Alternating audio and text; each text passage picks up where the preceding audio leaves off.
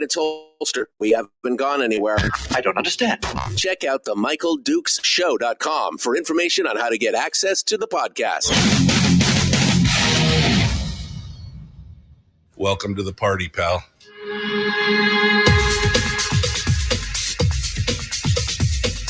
The Michael Dukes Show. The greed and the entitlement is astounding to me.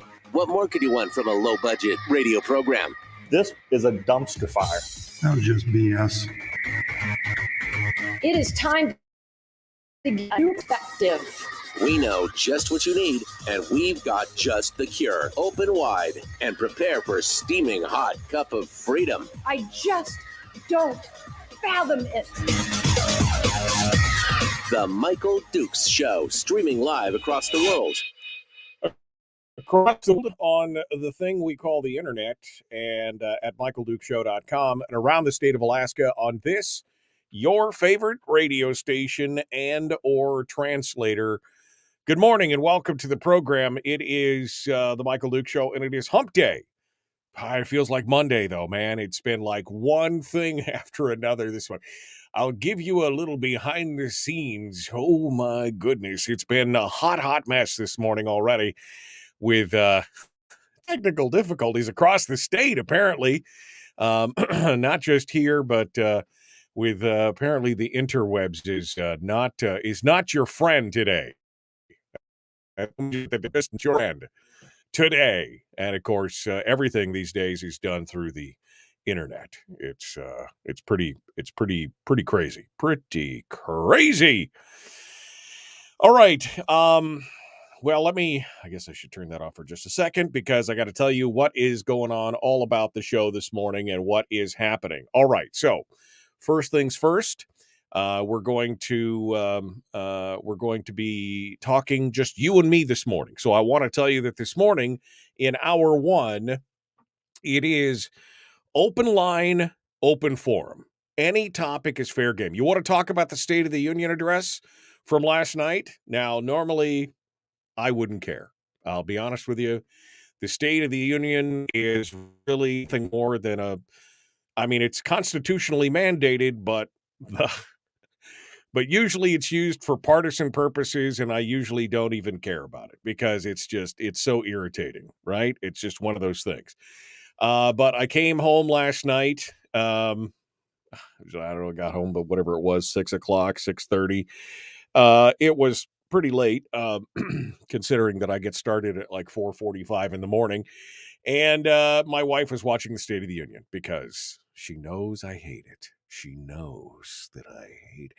Anyway, so I ended up watching the second half of the State of the Union address, which that's a half hour of my life I'll never get back. But we could talk about it if you want. I saw some of the heckling. I saw some of the thing. I saw the mush mouth from the president. At what point my wife said, "Did he just say me and the president?" I'm like, I don't even know. We don't want to go back and watch it. It's a hot no. Don't even bother. And we could talk about some of the stuff that happened there if you'd like. But again, to me, the State of the Union, regardless of the president who is giving it, to me at this point is just, it's a political, it's about politics more than anything else. It's about it really, although it is mandated and everything else is supposed to give a state of what's happening in the union. The state of the state of the United States is strong. Okay, that was it. That's the line from the whole thing. But in the long run, and no, I did not wait for Sarah Sanders Huckabee to get up and give the rebuttal because, again, more politics. It is what it is. So, did you see Joe Biden kissing Kamala's husband? Yes, I did. I was like, that's like on the lips. What are you guys doing? What's going on over there? The national television. Anyway, and at least Nancy Pelosi wasn't there to pop up every 13 seconds. I mean, Kamala had to fill that job, but it was. Anyway, I don't care who's doing it. But if you want to talk about that, hey, I'd love to hear what you have to say. I'd love to hear it.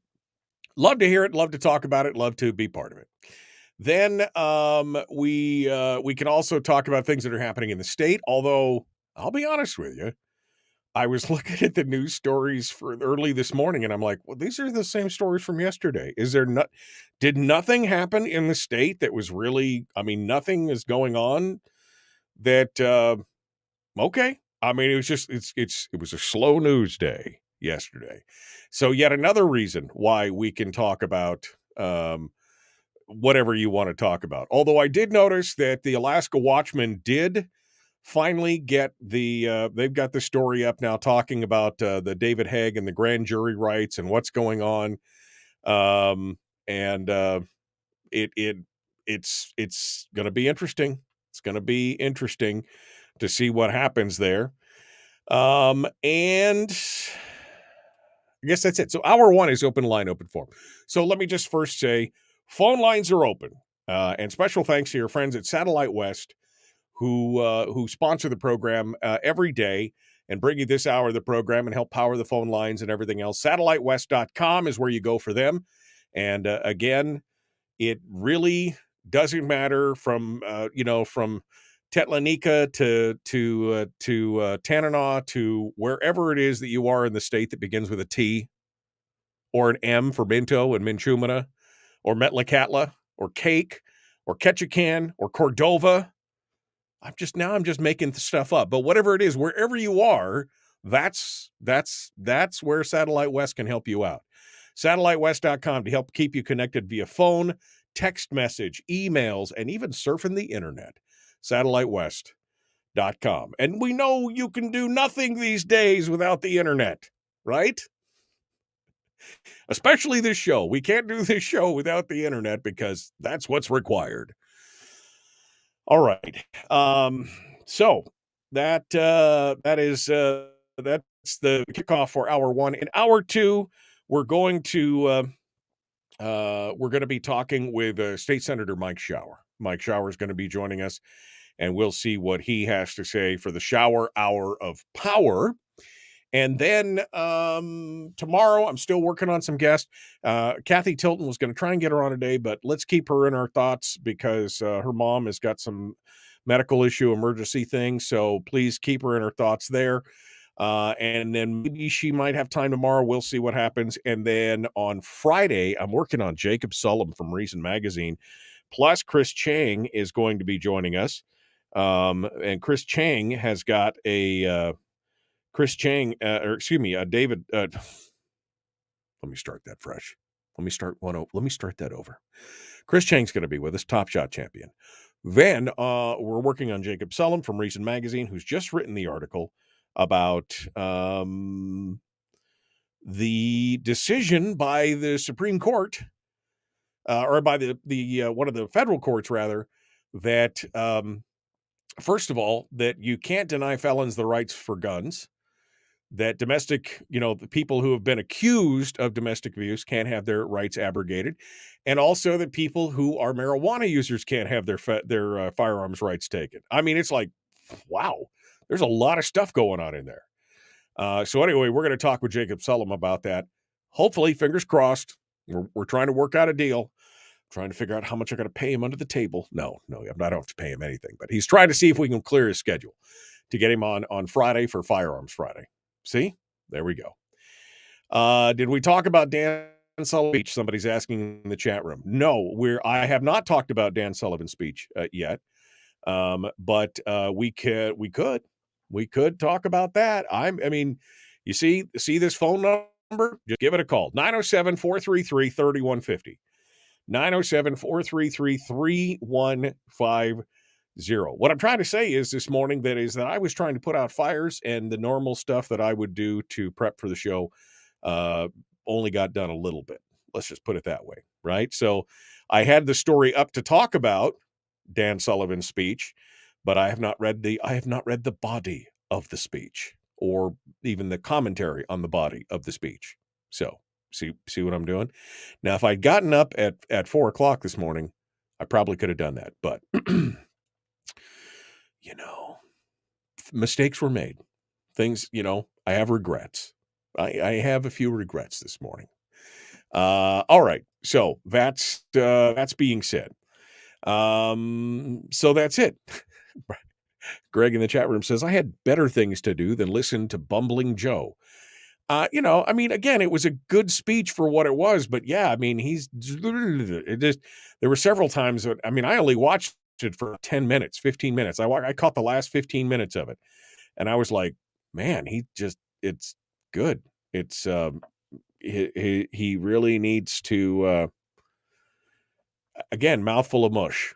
And I'm not trying to I guess I am trying to criticize him, but you're hoping for a little bit of a better, whatever, state of decline, says Donna.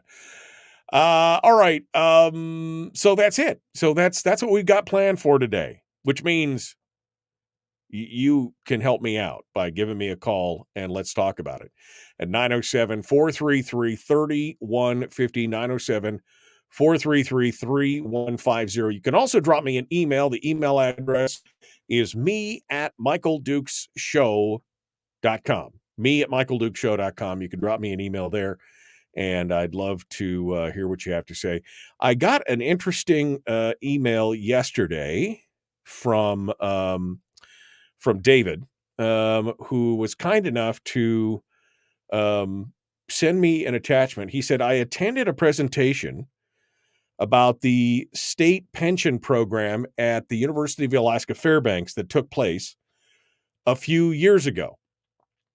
And he said it was very informative, good info, good detail, and an excellent primer on what's going on. So he included the pitch deck, the PowerPoint presentation from when this took place, and this was originally created. The last time this document was saved was back a few years, like 15 years. This was from the MBA office of the University of Alaska Fairbanks. That's who created I'm looking at the document details here because you can do that, right? You can go back and look at who created it and so I can see who created it, which is Carl Ewing, who was in the MBA office of the University of Alaska. We might go over this tomorrow because I just got the email this morning. Or I just saw the email this morning because it came in late last night after I was asleep. This is an interesting take on the TERS and PERS program, and gives you a little bit of insight.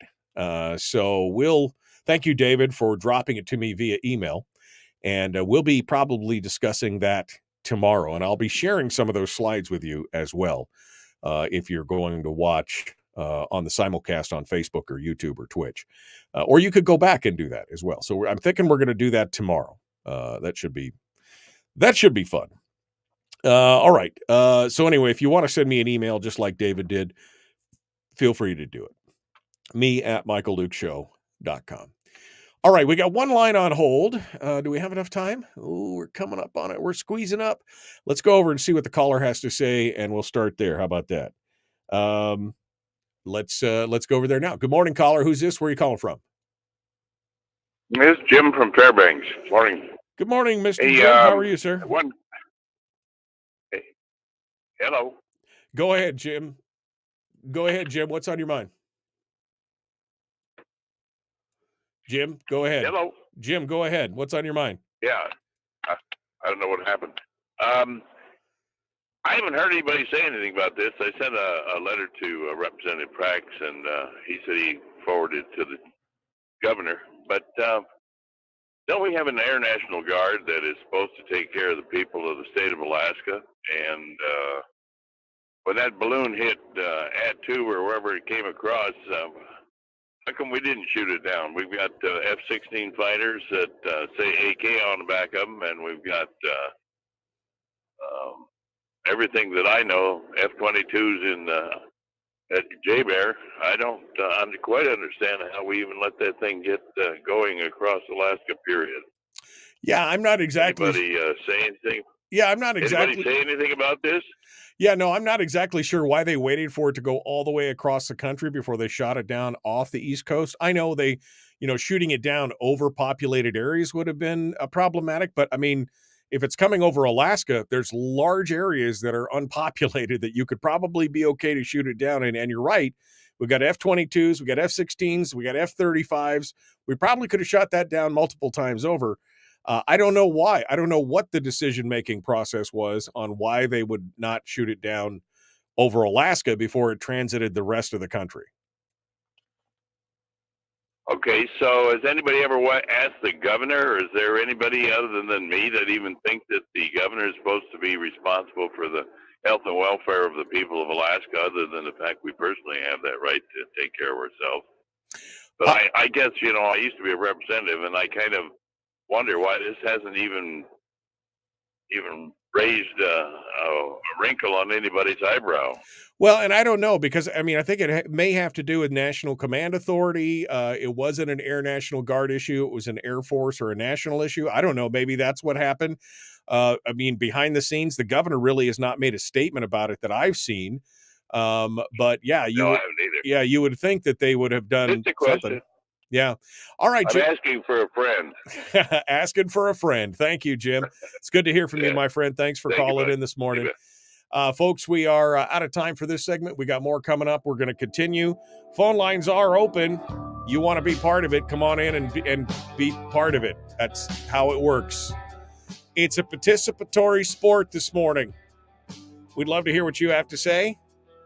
The Michael Duke Show, common sense, liberty-based, free-thinking radio. Back with more right after this. And your phone calls, 907-433-3150.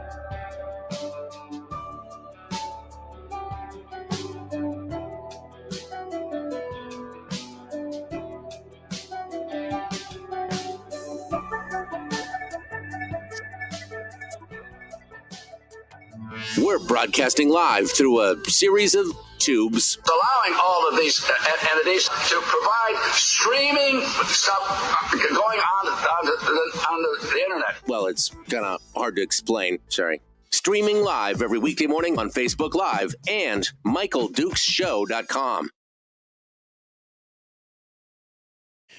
Okay. Hi. How are you? Oh my God, today has just been a total poo parade.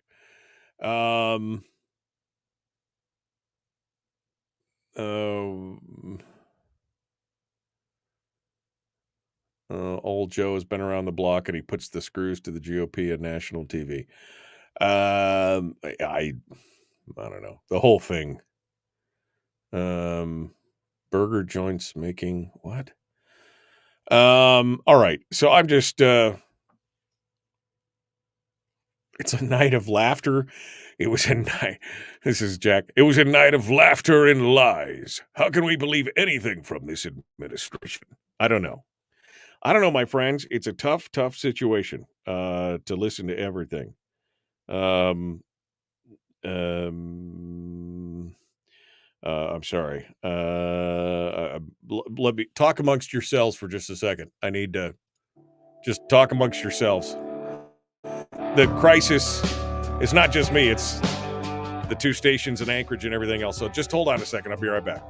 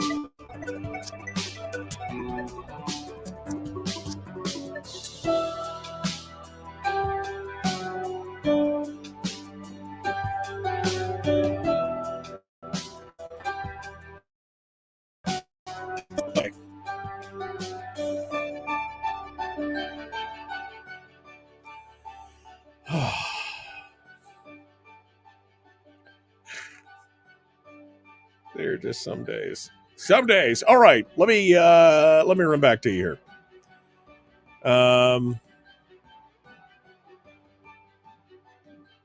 Had to take a break from the blah blah blah. I'm with you. The blah blah blah is like the blah blah blah is yeah. Kelly says it was the worst speech ever. Yeah. Well, if Trump had given it, would we all be saying it was the best speech ever? I wouldn't be, but I mean, because again, it's a political tool. It's not. It really says nothing rather than,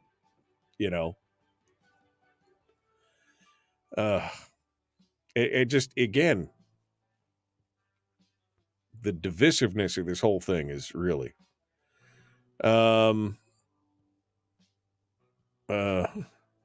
you think the president would use the term?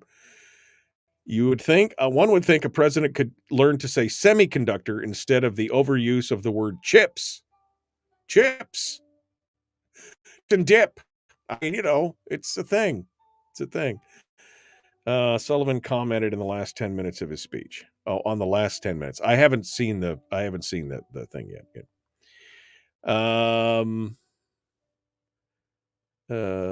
It's cute that some of you think us military folks have some kind of say in what happens. I can't even imagine the craft storm if it had been some random F-16 pilot decided to light that sucker up with no orders.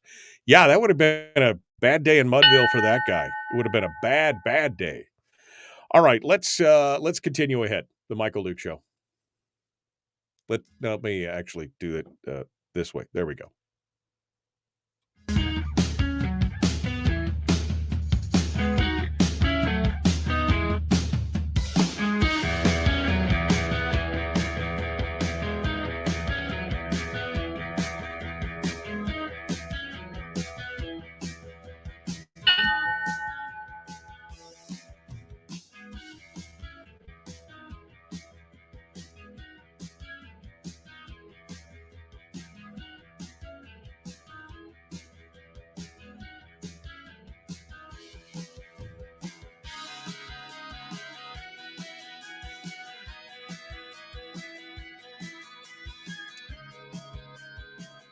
Yeah. I know he screamed, "We will ban assault weapons." I mean, he had again, this part of that partisan moment. Can I just go back to what I was talking about, what I've talked about in the past, which is basically the concept that politics, look, all right, let me just flat out say it. Let me just flat out say it. This is what I've been talking about for the last almost 10 years on the program now, especially when it comes to national politics. But overall, politics is destroying our soul, right? It's gotten into this divisiveness of, both sides, and there is no common ground in the middle. And in fact, if you try and take a step into the common ground to say, what can we come together on? What can we agree? Is there anything of all the things that is there one thing that we agree on? And the minute you try and find some kind of thing that you can agree on with those that are on the opposite side from you, your own team comes out and stabs you full of holes for even, how dare you try and reach across the aisle and do it? The divisiveness is not helping. And because we have become a society of instantaneous communication, like knowing something that happens in Washington, D.C. 37 seconds after it happens, there is just like no lag in any of this. And we have become consumed by the spectacle that is politics. People are watching the television and the news feeds and the internets and the Facebooks and the Twitter feeds, and they just become so invested in it, never really realizing that they have nearly zero. I mean, it is a non-zero chance. It is a zero chance pretty much of impacting or actually affecting anything that's going on in Washington or on the national level. And then they can't figure out later why they get frustrated and why they're so mad. It's because hope deferred makes the heart sick. You could see what you think is the problem. You want somebody to have the same kind of common sense solution that you have, that you've come up with, and yet nobody does because everybody's playing a game of CYA down there in the Beltway. And then you get upset because you're watching something that you have no effect. It is the ultimate in frustration. It is the ultimate in impotence. No wonder people are angry. So I just stopped watching that stuff. I'm still getting the highlights. People still tell me about it. I still see a headline now and then. But for the most part, I'm a happier person because I don't watch and get down into the gory details and watch, read 17 articles on the same subject of which I have no control. You know what I can control? My family, my community. What I can have an input in is on what's going on in my state, my city, my borough. That's what I can control, and that's what I focus on. And that's what I think you should focus on too. Don't give so much energy to something you can't control. And I'm talking about national politics. That's what I'm talking about right there. Okay. But maybe you think I'm wrong. Tell me. 907-433-3150. 907-433-3150. Do you think we should be? Do you think we should be watching it all together with a microscope?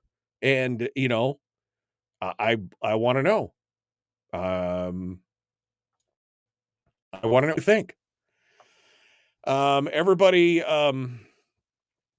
what is everybody's talking about the balloon. Now, all I got to say is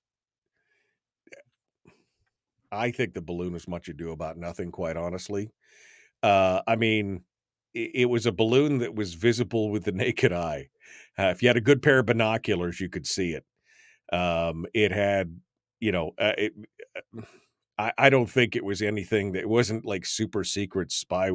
I mean, they said, according to even the military experts, that China can get better resolution off the satellites that are already up over above us. What does this do? Now, if they were going to drop some kind of weapon or something, I mean, this reminds me of the air raid on the Oregon forest during World War II. When the Japanese sent some thermite incendiary bombs on a single sub-based fighter. It was basically like a one-way trip, right? They slide up to the coast of the West Coast. They surface the submarine. The aircraft takes off from the submarine, flies with these big heavy bombs because they're going to go drop these bombs in the forests of Oregon to set fires, to demoralize and to confuse and to tie up resources fighting these forest fires.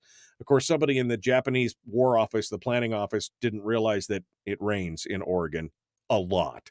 So they dropped the bombs and nothing really happened. It's burned a few trees, it smoldered, and then it went out. But it sounds like that. Is that what we're trying to do here? We're trying to, you think they were dropping something? Again, this thing was not hidden. The whole unit underneath the balloon was the size of what? Like 2 school buses or something? It's not a small apparatus. It sounds like a weather balloon that they lost control of and it got picked up by the jet stream and the current and it brought it over here. Again, but we're gonna make a lot about it. We're gonna do actually, there's actually gonna be another thing, Anyway, it's one of those things. But yeah, if you guys want to talk about the State of the Union, I'm welcome to discuss it. I don't think that the political will is there to do all the things that Joe Biden talked about. Yes, he screamed at the top of his voice that he was going to ban assault weapons. But as we've seen in news story after news story over the last 4 months, that ship has sailed. That doesn't mean that we don't continue to put pressure on it. Doesn't mean we don't continue to fight for gun rights and firearms rights and everything else. But the tipping point has already been reached. The fact that the Brune decision came out and is now continually overturning all these other laws. I mean, again, I mentioned it earlier in the program. Now there's been a decision by a judge to say that people who are recreational or medical marijuana users cannot be denied the right to bear firearms. Those who have been accused of domestic violence or That was like the Lautenberg Amendment, that even if you didn't even have to be convicted. If you and your wife got in a fight, or, you and your husband got in a fight, and one of you complained to the police about it, and there was a domestic violence potential, a report, you could be excluded from owning firearms. If you were a white collar felon, you could be excluded from. And now all these court cases are coming back saying you can't do that. That is you cannot abrogate that right. And it is, it's very, very interesting to watch. I have said it earlier, and I will say it again. I think Bruin is going to be the thing that turns around this whole debate on guns and gun rights and assault weapons and all these other things. I think that this is their moment. Their moment has passed. Their moment and their ability to change these things has passed. I mean, the bump stock ban that Trump put in place, yes, Trump put in place, is now being overturned. They're talking about doing the whole arm brace thing, and that thing is going to run up against legal challenges, and it will be overturned for exactly the same reason that the bump stock ban was overturned, because you cannot do it by executive fiat or administrative rule.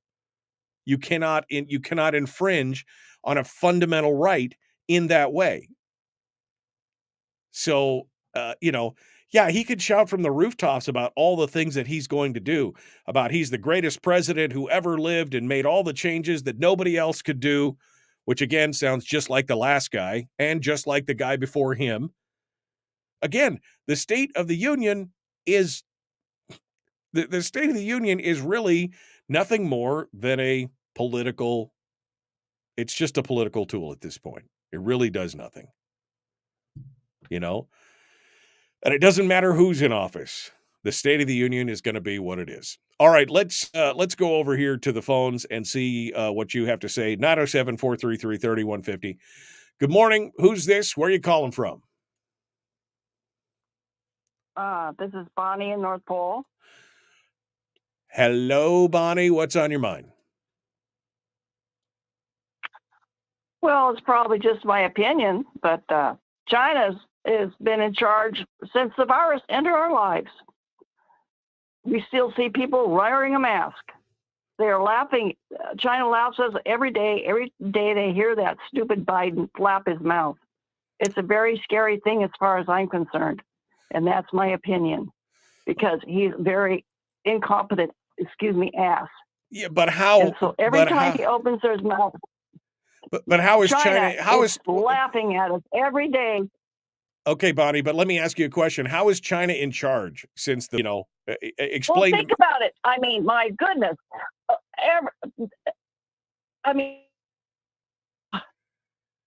Businesses here in Fairbanks, Alaska were closed.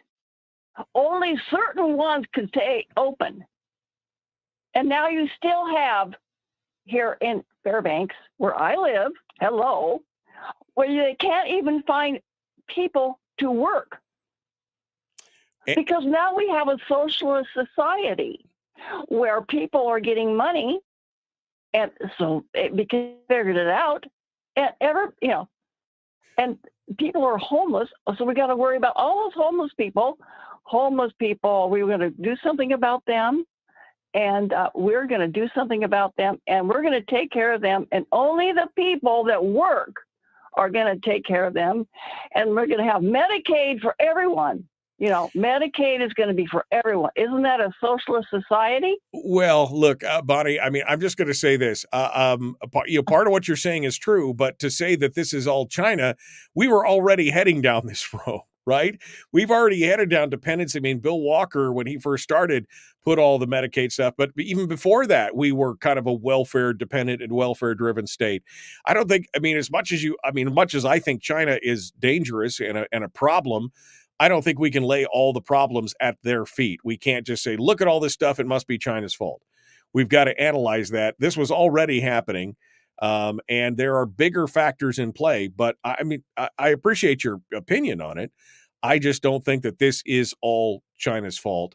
They're having their own problems right now with their own lockdowns and everything else. They could have their own revolution before we go too far. All right, I got one line on hold, but unfortunately I am late for the break. So caller, please hold the line. We'll talk to you during the break and get you all scored away for the return. Don't go anywhere. The Michael Duke Show continues. It is your home for common sense, liberty-based, free-thinking radio. We're going to be back with more. Phone lines are open at 907-433-3150. We'll be back right after this.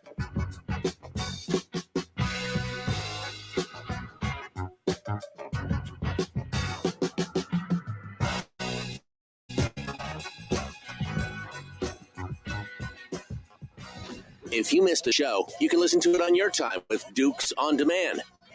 Oh, it's free, like America used to be. Streaming live every weekday morning on Facebook Live and MichaelDukesShow.com.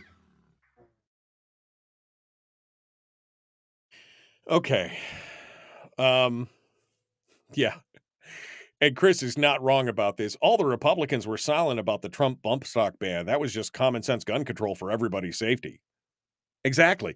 I mean, they were all silent when he said, well, after the Parkland thing, we'll just take all the guns and worry about due process later.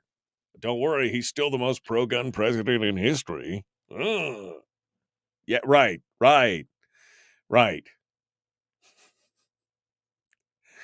I have never seen so much Kool-Aid in one room when somebody first said something about that, and I just pointed that out. Never seen so much Kool-Aid in one room in my life. Donna just said, the Chinese were probably just scoping out their next real estate purchases. Mikhail says, it wasn't about carrying a payload. It's about how we respond and when we detect. Yeah, I mean, that's the thing. The only thing that I could say wrong about this was the weakness of the response, because I don't think it was necessarily anything dangerous, but I still didn't want it floating over the entire country. Why didn't we take it down? I mean, the Air Force has got F-22s, F-16s, F-35s.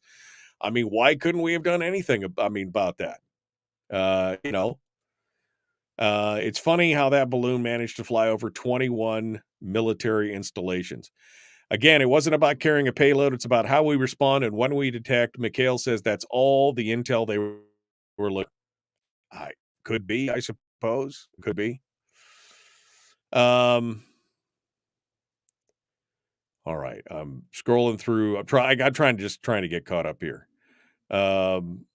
Military discourages the reportings of UFOs and UAP, which is unidentified aerial phenomenon. It was probably a couple of days before they realized it was Chinese and not an ET.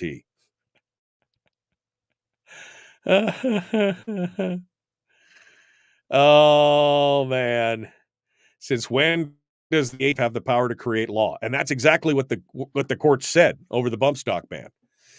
Let me go to the phones. I forgot about the caller here. I got so wiped up. Let's figure out who's on the phone and where they're calling from, and we'll get a fresh start when we jump to the other side. Good morning, caller. Who's this, and where are you calling from? Hi. Hey, Michael. This is Cindy calling from Sterling. Hello, Cindy and Sterling. If you hold the line, you will be first up in the queue, and we'll be back to you here in 3 minutes and 20 seconds, okay? So don't go anywhere. Okay. All right. Quick question. Oh, quick question. I'm sorry. I put you on mute for a second. What? Quick question. What? Hey, we have this write-in candidate on the borough, Robert Wall. Okay. He's running for mayor, Okay. And I'm trying to get information from the borough as far as if people have already voted and he's a late-breaking person, what if they want to go in and vote for him? Nobody can answer a question. I can't find it anywhere in statute. I can't find it in borough code. I'm wondering, you ever hear this before? I've never heard of that before. Usually candidates have to be declared or, before everything's done as a write-in. There's probably, and if he comes in as a late write-in, there's probably nothing you can do. But let's talk about this on the other side. Okay, hold on. I want to have that conversation because I know this is one of the things that I've been getting some emails about is the race down in the Kenai. because there was a little bit of a kumbaya the other day where everybody said, well, if you're a Republican, everybody should vote for Peter Micciche so we don't split the vote. And I'm like, well, why don't we vote for the other guy instead of Peter Micciche and don't split the vote? I mean, why Micciche? Why is he the choice that everybody should make? Why not the other guy? What's the, anyway, I know it's a big deal, but all right. All right. And yep, Harold's stirring up hatred, discontent, and confusion in the chat room here. I have quite a bit of property in Montana, says Charlene. People from China wanted to buy it a few years ago. Yeah, I mean, I just, they shot it down over the Atlantic where they could control the crash site, or SIR, but I'm assuming he meant crash site. They could have shot it down over Alaska in many places where they could have controlled the crash site, right? I mean, there was a lot of places that they could have done it, but it is what it is.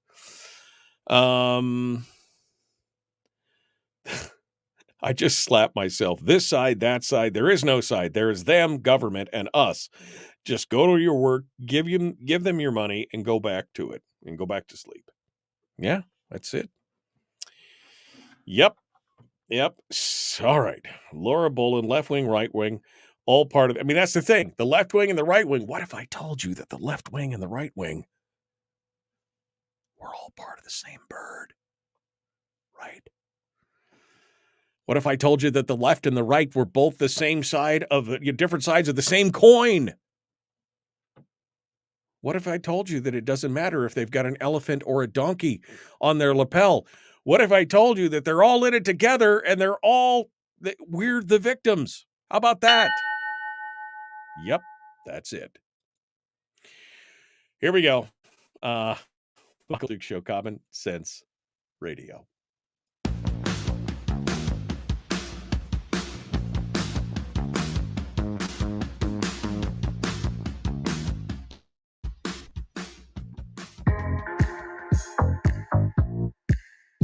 The Michael Duke Show. Not your daddy. Wait, sorry. Not your daddy? Ooh, not your daddy's talk radio. Whew. I was scared for a second.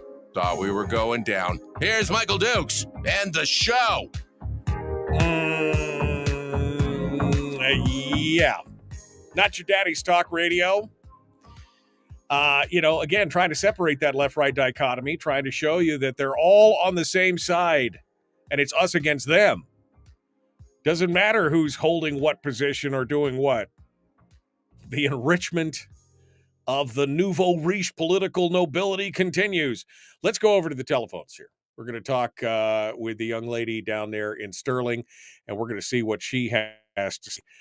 And quite honestly, I forgot her first name already because I didn't write it down. That's the kind of day I'm having. But I know she's in Sterling. Good morning. Hey, good morning, Michael. Hey, my question today is, we do have a race going on in the Kenai, and my question yesterday to the borough clerk's office down here was, if somebody's voted and they decided that they want to write in Robert Wall to be the mayor, what's the process? Nobody could answer me in the borough clerk's office. Okay, nobody. Somebody said, wait a second, there's a lady here that used to work for the state. Let me ask her. Okay. And then I said, no. Let me talk to legal. So I called up to legal, and the lady said, you can't vote twice. I said, well, what's the authority on that? I mean, where in the state laws, where in the statutes, where in the borough codes is this address that you guys can just be telling me this? Right. And I said, can you give me a call back, or get the attorney to give me a call back? And I'm not getting a call back or an email back or anything like that. So I'm just curious if anybody's ever ran into this before.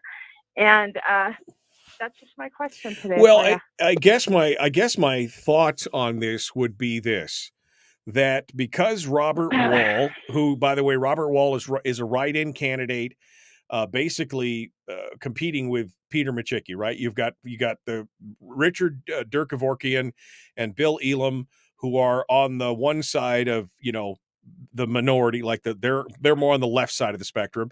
And then you've got Machicki, who they're trying to hold up as the right side of the spectrum. And then you've got Robert Wall, who became a writing candidate and said, wait, if he's right, we need something that's even better. Vote for me.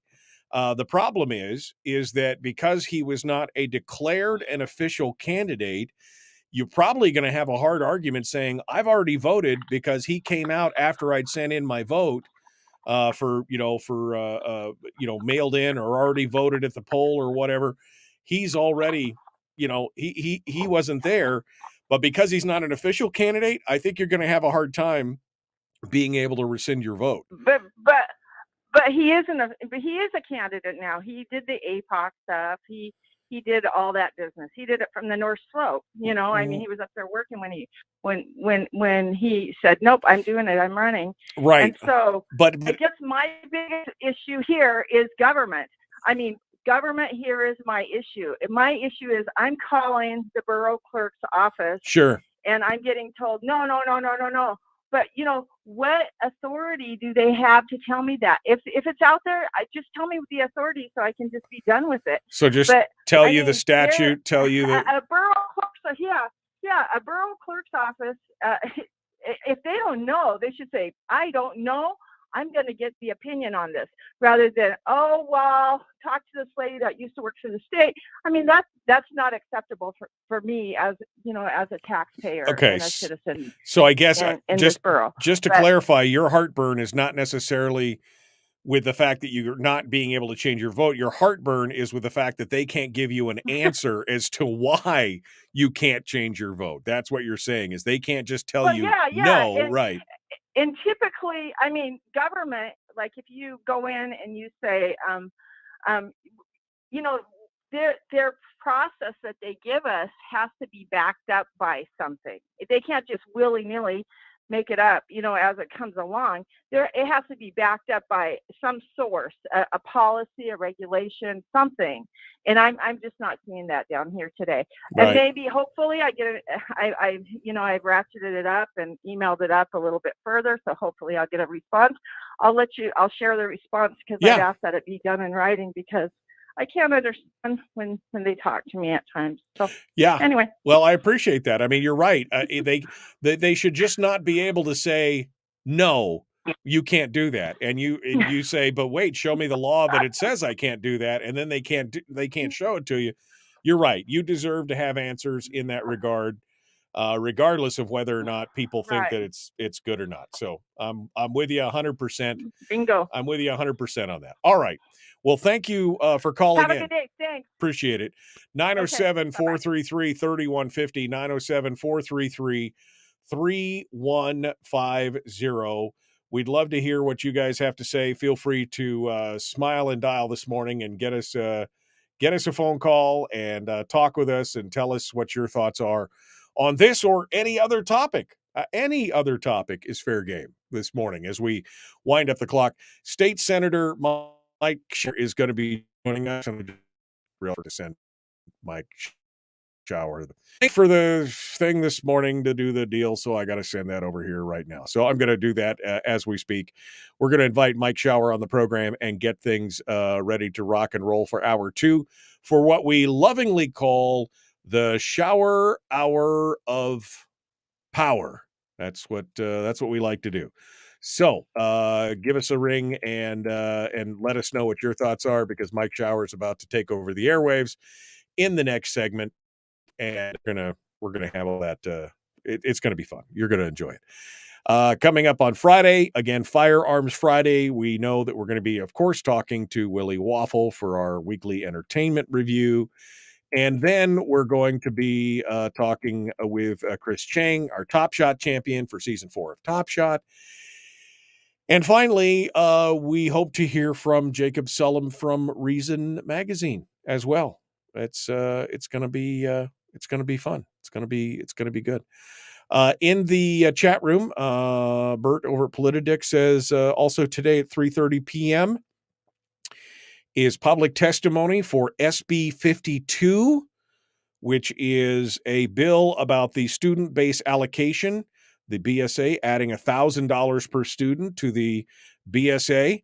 approximately $150 million added per year and nothing in it. It's actually $250 million from what I understand. That was the original amount for the $1,000. But anyway, it's over 150 million, approximately 150 million added per year. Nothing in it forces accountabilities for the outcomes of the student education. They can continue to be the worst in the nation for double to triple the cost of everywhere else. Today, 3:30, public testimony. Bert, if you want to give me a link or a phone number or someplace where people can call in and do that, that would be great. All right. And yes, hour 2, Mike Shower. It's what we lovingly call Danger Zone. Yeah, that's exactly what it is. The Danger Zone. Danger Zone. All right. Adding $1,000 to the BSA is just a giveaway program. Yeah. That's what we've been saying the whole time. You are right. You are correct. 100% correct on that. It makes no matter at this point. Actually, it would be, according to David Boyle, who follows these matters closely, actually it would be about $250 million per year, and then inflation proofing of the BSA going forward or backwards as you see fit. So there you go. All right. Wow, look at that. I just looked up at the clock and realized it's time. It's time to hour 2. Hour 2 is dead ahead, the shower hour of power. So that means we're going to go ahead and we'll shut down the phone lines for now. But we will remind you that if you'd like to help support the show and you enjoy what we do here every day, you should come out to Facebook and YouTube and you should like and subscribe and ring the bells and do all those things. But you could also check out the Common Sense Corps, which is our Cool Kids Club. And that's where you help support the show and get access to cool things like swag and so on and so forth. Anyway, it's over there, patreon.com/Michael Duke Show. All right. Hour 2 dead ahead. For Common Sense, liberty-based, free-thinking radio, Mike Shower up for the shower hour of power. That's up next. If you got to go and you got to go to work or whatever, be kind. Love one another. Live well. We will see you on the other side.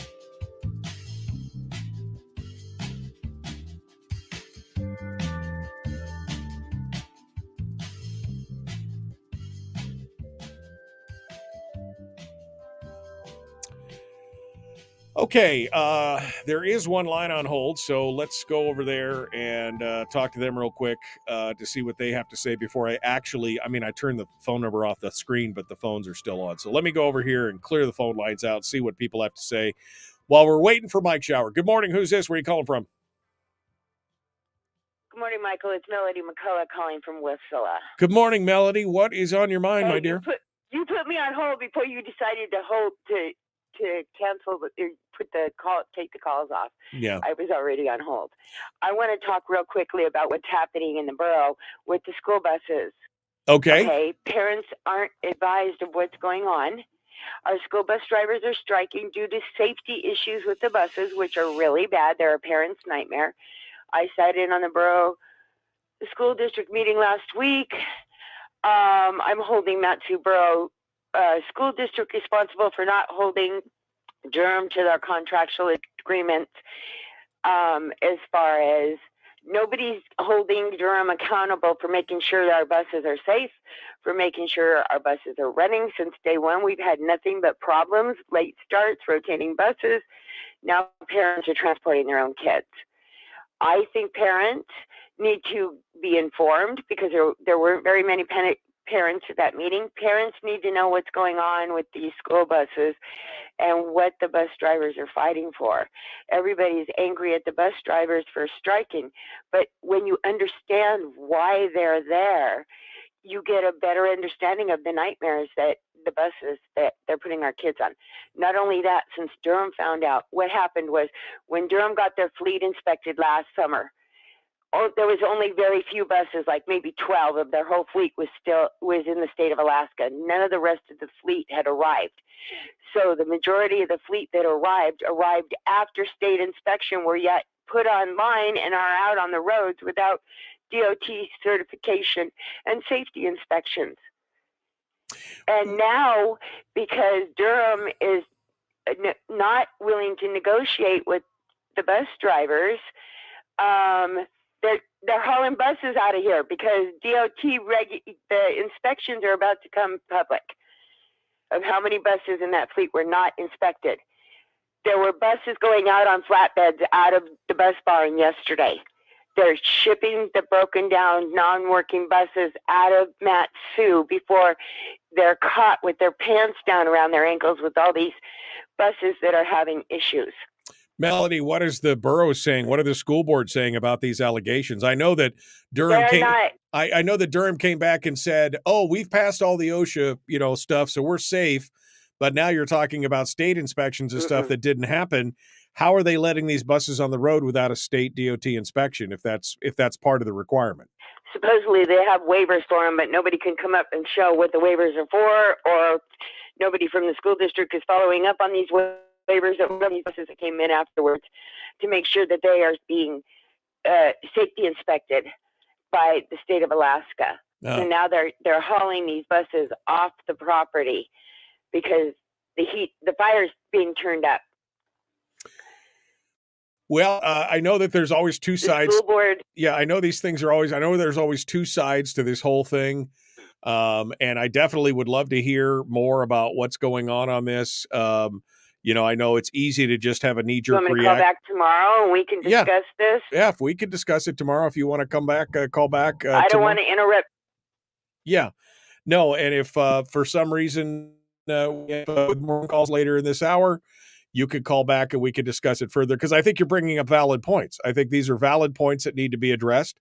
I don't think we can just say, "Oh, well, it's obviously there's so much more to it." Obviously, the unions are bad because they struck or whatever. Yeah, I mean, I definitely want to hear more about it. So, okay, all right. Well, I will try to call back after shower hour of power. Yeah, we'll see if we have time, if we take phone calls, but just keep listening and you'll hear it one way or the other. So thank you, Melody, for calling in. I appreciate it. Okay, I will, for sure. I appreciate it. Thank you. No problem, Michael. Thanks. All right. Bye. Okay, so that is Melody. She's coming in for the right before the shower hour of power to talk about that. Sherry asks a good question. I agree. Per the contract, who's responsible for the state inspections? If Durham is responsible, then and they say, well, we've got waivers. Well, it's on you to produce those waivers, because if you're driving buses that aren't, and it's a requirement, then yeah, we need to know more about it. Politidic. Wow, that's a big box of text. I can't even see my face. All you can see is my eyes. I just want to remind you to keep it simple, stupid, on the testimony. There's all the statewide testimonies.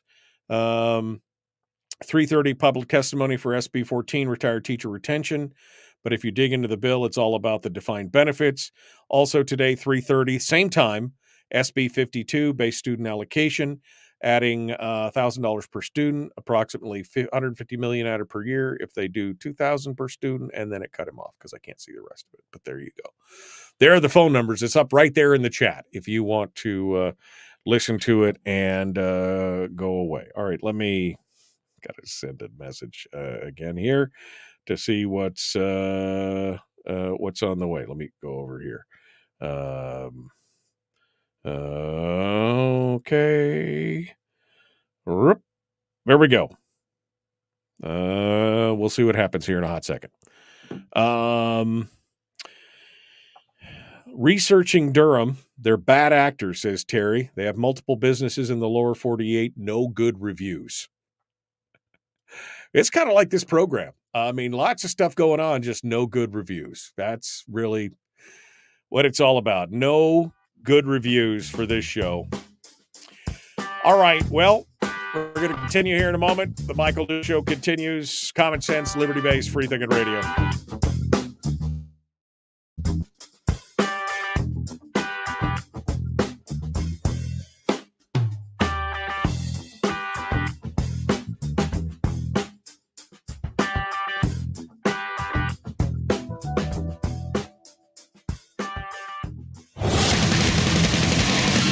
Whoa, buddy, put that thing back in its holster. We haven't gone anywhere. I don't understand. Check out the MichaelDukesShow.com for information on how to get access to the podcast. Welcome to the party, pal.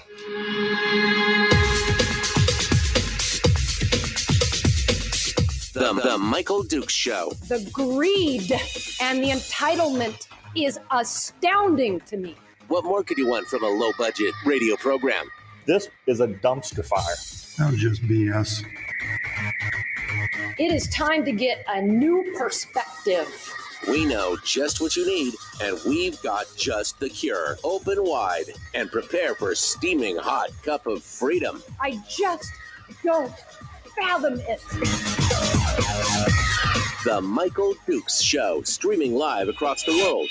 Oh, yeah, on the internet at michaeldukeshow.com and across the state of Alaska on this, your favorite radio station and or translator. Hello, my friend. FM translator, for those of you who don't know, because they don't have AM translators. So just pretty much assume that if I say translator, it means FM translator. All right? I'm just for clarification purposes. Hello, and welcome to Hump Day. It is hour 2 of the big radio broadcast, and in the green room right now is our guest for this hour, State Senator, all-around good guy, fighter, scrappy, pugnacious. I don't know what other adjectives I could use to describe him, but he is, call him Smiling Jim around here. No, we don't call him that at all. It is State Senator Mike Shower who joins us this morning to discuss everything that's happening down in the legislature. So let's go over and see him right now as he joins us. Good morning, my friend. How are you this morning? I'm awake. How are you? That sounded like a question. I'm awake. I mean, it was on the verge of being a question. It is a question. That's what's going on. Hello, sir. What how are you doing? How's the week been? We visit every week. And last week was our first visit of this session, so it's been 7 days. I guess, have you changed your opinion on anything? Is everything going okay? Are you feeling optimistic or pessimistic? We're seeing all the discussions. I have no agenda. Excuse me. I have no agenda today. That's not true. I always have an agenda. We try to put common sense out there every day. That's the agenda. But I have no agenda as far as questions goes for Mike Showers this morning. So we're just going to kind of freeform riff and start things off. Mike, pull your laptop camera to you a little bit here because you're down at the bottom of the screen and I'm at the top of the screen, and it's freaking my OCD out a little bit. There we go. Mike Shower, how you doing, friend? Give me a rundown here. What's happening? Well, I think probably the biggest thing right now, Mike, watching is all the bills flow in and the flow of lobbyists, because it's been the National Education Association, kind of like NASCAR 500 this week right. So far. Last week, this week, we've been inundated with teachers, and sometimes there's like about 30 or 40 of them in the hallway. And I'm talking they are here en masse, lobbying like crazy. And of course, it's all about money, and not just money, but permanent money in the sense of not only a BSA increase, the base student allocation, but also for the defined benefits. So, you can see where it's headed already. There's money. I'm just looking at some of the numbers, and I was a little bit tired this morning. I was up late last night trying to look at the bills and do some math, sitting with staff, going through it.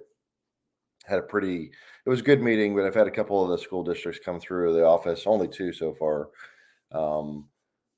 It tends to happen when you get less lobbyists, I think, when you're not sitting in a majority and you don't have as much influence, right? Or you don't have as many chairs in your office because, it's a closet, right? Standing room only.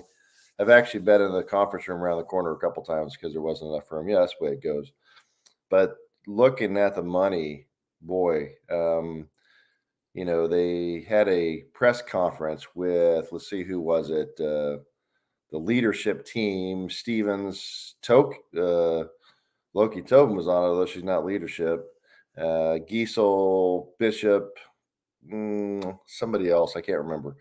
And I was watching that, and boy, they were just kind of gushing about, how we're going to increase the BSA and, we've got to get more money. And they never talk about the money. They only talk about how we're going to improve education and we have to make it better for the kids. And we've not funded it well. And, all this different stuff, you can tell where the narrative is right now, at least in the Senate for sure. Right. And the NEA and the groups. And it's all about how we're going to increase BSA and we're going to get defined benefits because that's going to help us out. But what they don't talk about, Mike, is the money at all. And they continue to not educate the public on what the BSA, how this works, right? We've talked about this before. And I had a former school superintendent that went from Bush teacher in the classroom all the way to superintendent about 4 years ago. Invited that superintendent to come in and talk to the Matsu delegation and take us through the BSA, how it works. And the lesson here is that when you put in $1 in the front side, it's not $1 coming out on the back side of the BSA because you have all these multiplication factors with us. You might put in $1 up front, it might turn into $10 coming out the backside. So they always talk about, before it was I think last year we added 60 million already to the BSA. I actually put in an amendment to cut it, didn't pass, because we're just throwing money at the problem, right? We're not having accountability. We don't have metrics to say, here's what it's going to be. Now we have read by 9. The act was passed last year. So maybe that will start to make a difference. But so far it's just throw money at the problem. Because if you just give money to a Mike, then it's going to be fine. So they're talking anywhere. I've heard the numbers at their little press conference there from about $1,000 up to $1,600 in the BSA. So the numbers for just $1,000 in BSA increase, which I think takes it up to about $6,900, something like that per student, is a cool about $260 million. So that $1,000 BSA increase is over $250 million every year. And it's only going to go up because they say, we've been flat funded, but that's not really true. They're not being honest about it because there's inflation proofing and other things that still happen. Right. And of course, if you take that up to, let's say, a $1,500 BSA, well, now you're talking about a cool almost $500 million every year forever. And it's going to go up. Right. That's before, my friend, they start talking about the defined benefit plan, which is another, probably, all told, it's going to be several $1 billion. Right. So you're looking at a cool $1 billion plus a year starting off if we do this. And the House Bill 22 passed through the CRNA committee in the House in 2 meetings, 1 week, boom, gone, already through. Now it's got more committees to go through.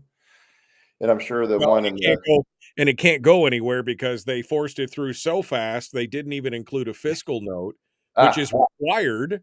And it can't even go into state affairs. No fiscal note because, hey, don't worry, this is going to save us money. Trust me. Actually, strangely, apparently, Mr. Josephson might have had that fiscal note for some reason, didn't attach it or bring it in. I can't imagine why. Maybe because it showed how expensive it was going to be, and nobody wants to talk about the money. Yeah.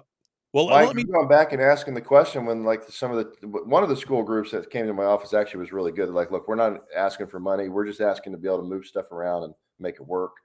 The other one was all about money, and they were putting words in my mouth like I was trying to cut the budget. I'm like, when did I say cut? I've never said cut. I said accountability.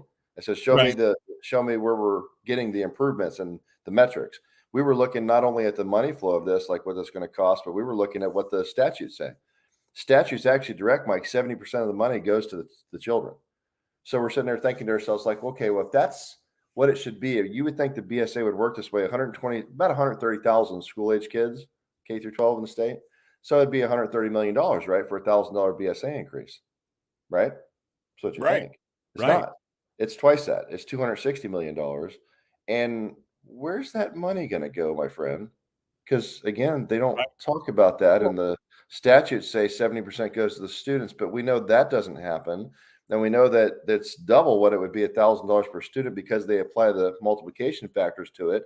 Nobody will crack the formula open to actually look at it to redetermine how we're going to do that and make sure the money goes to the kids. We don't have metrics tied to that as far as what it's going to be for the money we're throwing at it.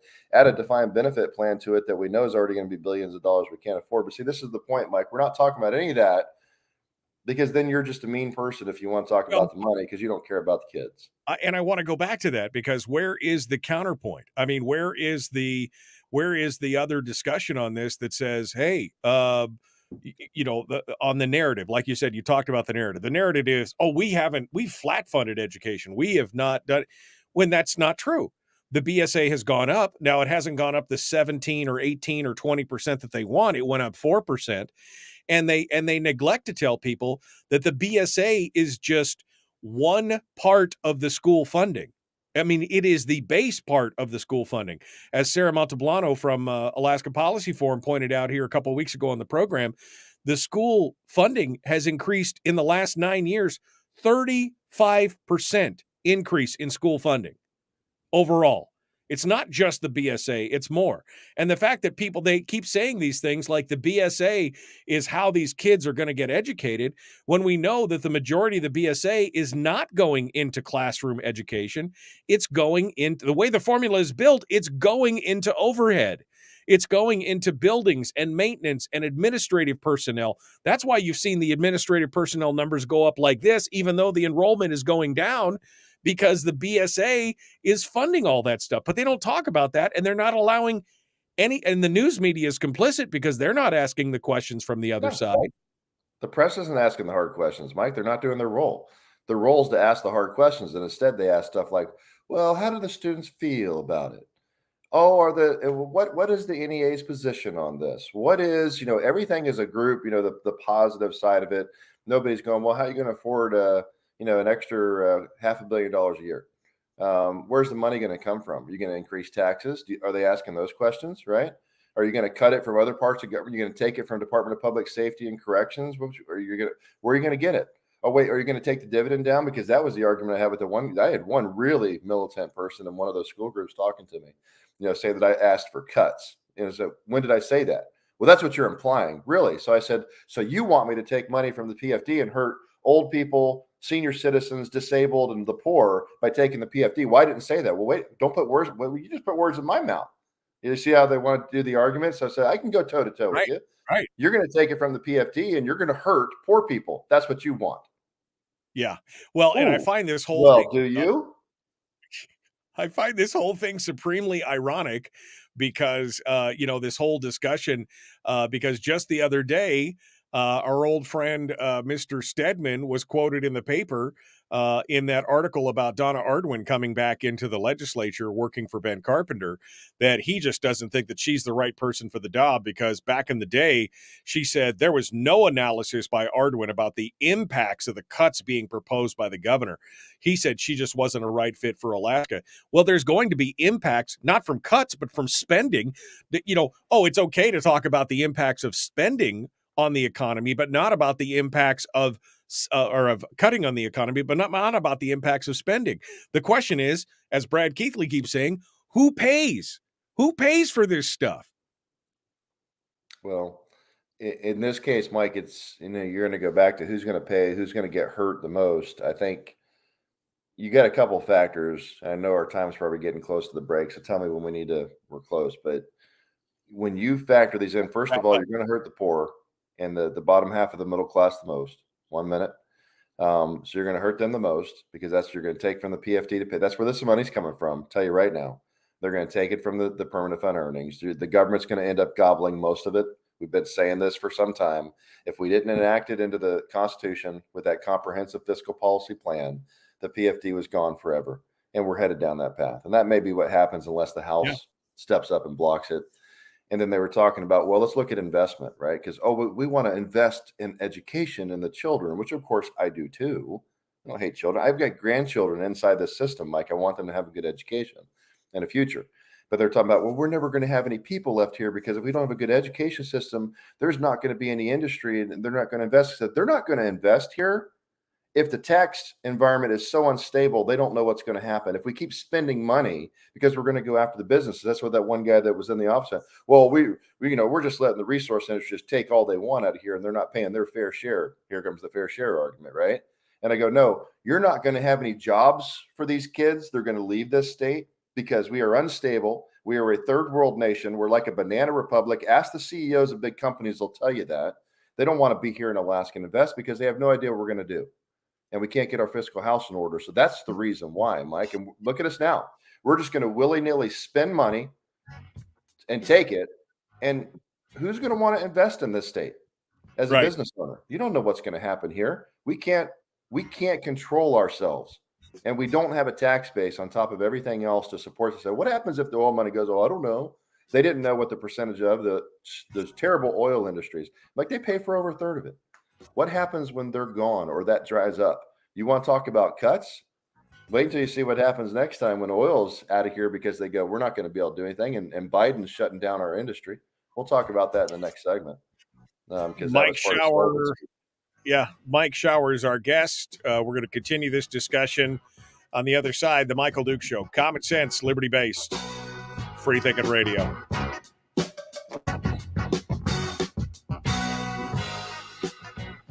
If you missed the show, you can listen to it on your time with Dukes on Demand. Oh, and it's free. Like America used to be. Streaming live every weekday morning on Facebook Live and MichaelDukesShow.com. All right. In the break right now, Mike Shower is our guest.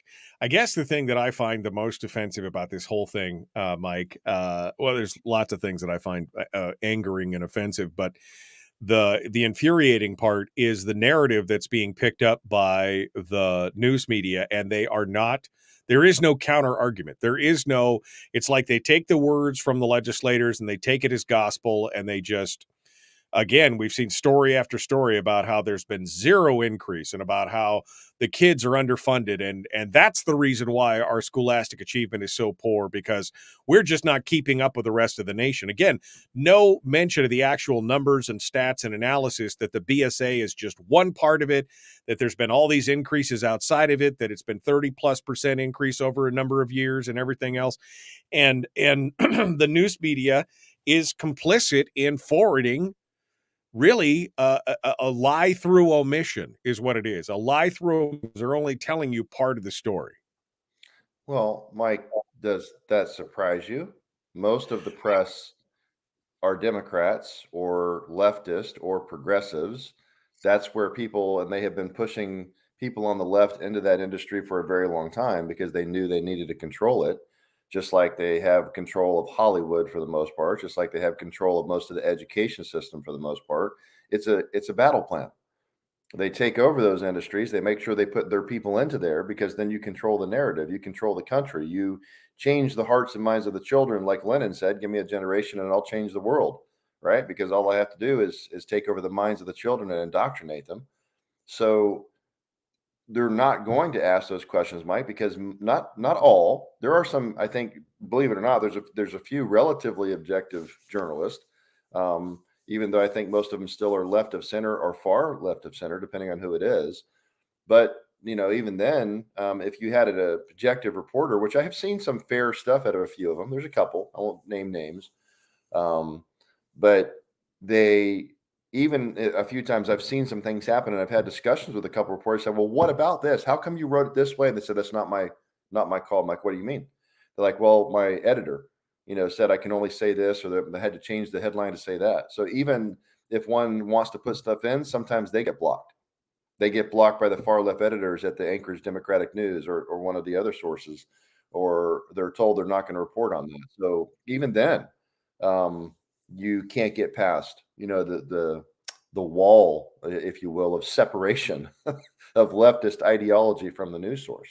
So who's going to do the counter narrative, Mike? Who's going to ask the question? Who's going to print it or report it or talk about it? Especially if they want to keep their job, right? Well, it's, I guess that's part of the problem. And of course, people, for the most part, this program is targeted towards super voters, people who are informed, who are engaged, who stay up to date on all the minute details of this. We're kind of preaching to the choir on this because you got voters out there that they don't educate themselves and all they do is see the headline and they go, oh my gosh, we're flat funding education. This is why our students are failing. We need to fix this. And of course, that's part of the problem, right? Is that they are only catching the headlines and they're not getting deeper into this. And so that's why they're winning the battle. That's why those that are more pro-government, big spend, pump up the education unions and do all this stuff and deceive and misinform people. That's why we have this problem. So, like you said, if I was a reporter, one of the questions you might want to ask, say, well, where are you going to get the money from, right? And I think one of them, it might have been Senator Stedman, said something to the effect of, it's not a problem or something. There was some comment he made, because he's finance coach here, so it's appropriate for him to make a comment on it. But it was something like it's not going to be a problem or something to that effect. And I know that the answer is going to be, we all know it, Mike. I mean, nobody's a fool here. It's going to be by just taking more of the permanent fund earnings, right? They're just going to take more than the statutory formula. They'll take more than a 50-50. I mean, I'm betting this the way we're going now, it's going to be less than $1,000 PFT. That's the number I've heard bantied around so far. We'll see. But I don't know how we're going to balance the books otherwise, not with these kind of spending increases, right? So right. We'll talk about it back on the air. All right. Mike Shower is our guest. We're continuing with him. Please like and share the show, like and follow the show page. Make sure that you subscribe and ring the bell on YouTube. Here we go. Jumping back into it. The Michael Duke Show, common sense, liberty-based, free thinking radio.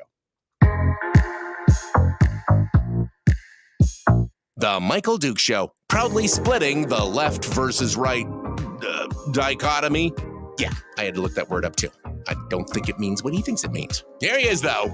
That guy, Michael Dukes, the one with the show. That's right. The one with the show. Common Sense Radio, it's what we do. Mike Shower is our guest. We were just talking about the complicity during the break, the complicity of the news media in some of these stories.